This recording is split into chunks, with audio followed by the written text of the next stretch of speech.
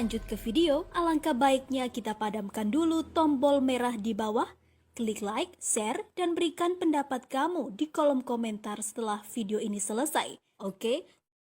Assalamualaikum warahmatullahi wabarakatuh. Perkenalkan, nama saya Ainun Jaria dari Fakultas Ekonomi dan Bisnis, jurusan Manajemen. Pada kesempatan kali ini saya akan menjelaskan materi tentang Just-in-Time and Land Production. Video kali ini untuk memenuhi tugas mata kuliah Manajemen Operasional Lanjutan. Baik, tidak berlama-lama, mari kita simak penjelasan materi tentang JIT and Land Production ini. Baik, penjelasan pertama yaitu Just-in-Time atau singkatan dari JIT adalah filosofi manufacturing untuk menghilangkan pemborosan waktu dalam total prosesnya, mulai dari proses pembelian sampai proses distribusi. Fujio Cho dari Toyota mendefinisikan pemborosan sebagai segala sesuatu yang berlebih di luar kebutuhan minimum atas peralatan, bahan, komponen, tempat, dan waktu kerja yang mutlak diperlukan untuk proses nilai tambah suatu produk. Nah, Lean Manufacturing ini sebagai filosofi manajemen yang berfokus pada 7 sumber pemborosan. 7 pemborosan ini seperti yang telah didefinisikan oleh Toyota selaku pelopor konsep Lean Manufacturing adalah: yang pertama, overproduction, artinya membuat lebih dari jumlah yang diperlukan atau lebih cepat dari yang diperlukan. Yang kedua, overtransportation, memindahkan produk lebih jauh dari yang minimal diperlukan. Yang ketiga adalah waiting time, artinya produk harus menunggu untuk tahapan produksi berikutnya atau orang yang menunggu untuk pekerjaan berikutnya. Yang keempat ada inventory, artinya memiliki stok lebih banyak dari yang minimal diperlukan. Yang kelima proses ini yang berlebihan atas satu produk. Yang terakhir ada defects atau usaha dilakukan dalam proses infeksi untuk mengatasi kegagalan produk. Adapun prinsip utama Lean Manufacturing adalah yang pertama, full processing, artinya produk ditarik dari titik akhir konsumen bukan didorong dari akhir produksi. Yang kedua, kualitas terbaik, berusaha mengurangi kesalahan secara maksimal, identifikasi dan penyelesaian masalah langsung pada sumbernya. Yang ketiga, minimalkan pemborosan dengan mengeliminasi semua aktivitas yang tidak memberi nilai tambah menggunakan sumber daya secara maksimal seperti orang, modal, dan bangunan. Yang keempat yaitu perbaikan yang berkelanjutan seperti mengurangi biaya, meningkatkan kualitas, menambah produktivitas, dan berbagai informasi.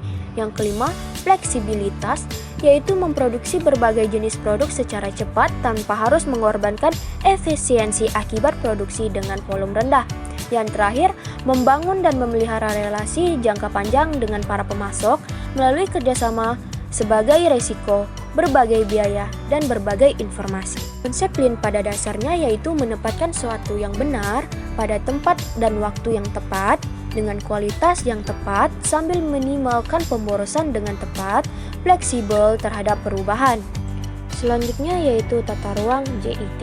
Di saat tata letak mengurangi jarak, perusahaan juga dapat menghemat ruang dan menghapuskan arena potensial untuk persediaan yang tidak dikehendaki dengan cara yang pertama yaitu meningkatkan fleksibilitas. Fleksibilitas tata letak menopang perubahan yang diakibatkan oleh perbaikan produk dan proses yang tidak bisa diabaikan oleh suatu filosofi perbaikan berkelanjutan.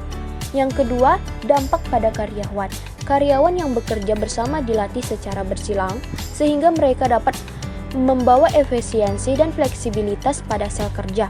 Tata letak JIT menjadikan karyawan dapat bekerja sama sehingga mereka dapat menceritakan permasalahan dan peluang perbaikan satu sama lain.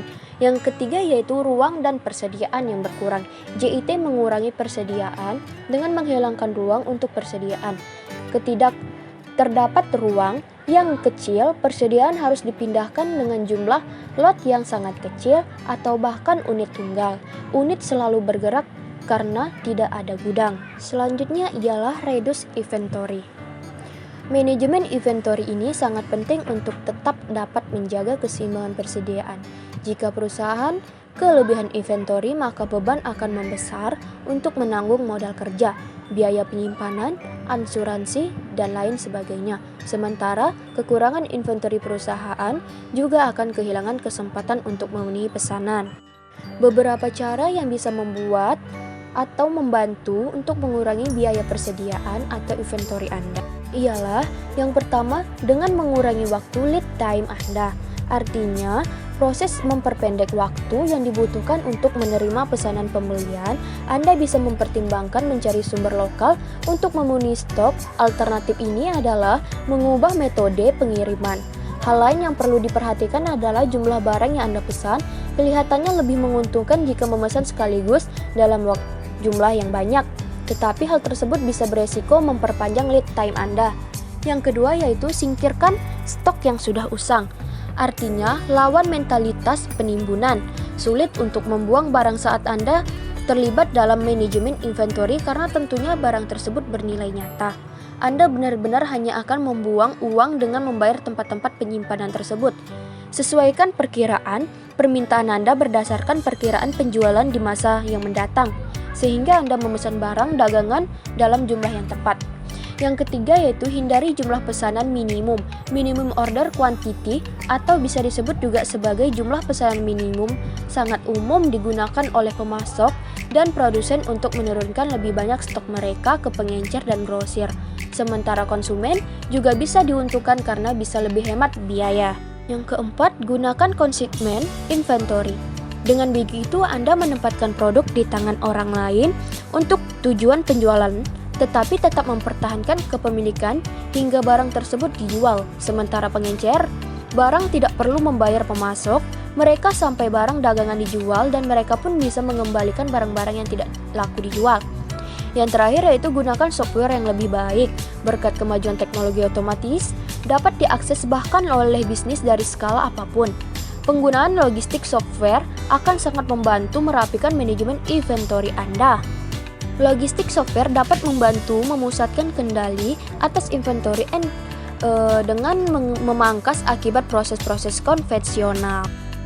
Nah, penjelasan terakhir yaitu JIT in Service. Duclos, C, dan Lumos telah menyarankan kerangka kerja berikut untuk menggambarkan berbagai cara di mana konsep JIT telah diterapkan pada organisasi jasa. Yang pertama yaitu sinkronisasi dan keseimbangan informasi dan alur kerja. Yang kedua, visibilitas total semua komponen dan proses. Dan yang ketiga, perbaikan proses yang berkelanjutan. Yang keempat, pendekatan holistik untuk menghilangkan pemborosan. Dan yang kelima, fleksibilitas dalam penggunaan sumber daya. Dan yang terakhir, menghormati orang. Baik, itulah penjelasan dari saya tentang JITN Land Production tadi. Jika ada kesalahan dan hilap kata, saya mohon maaf. Saya akhiri dengan wabillahi taufiq wal hidayah. Wassalamualaikum warahmatullahi wabarakatuh.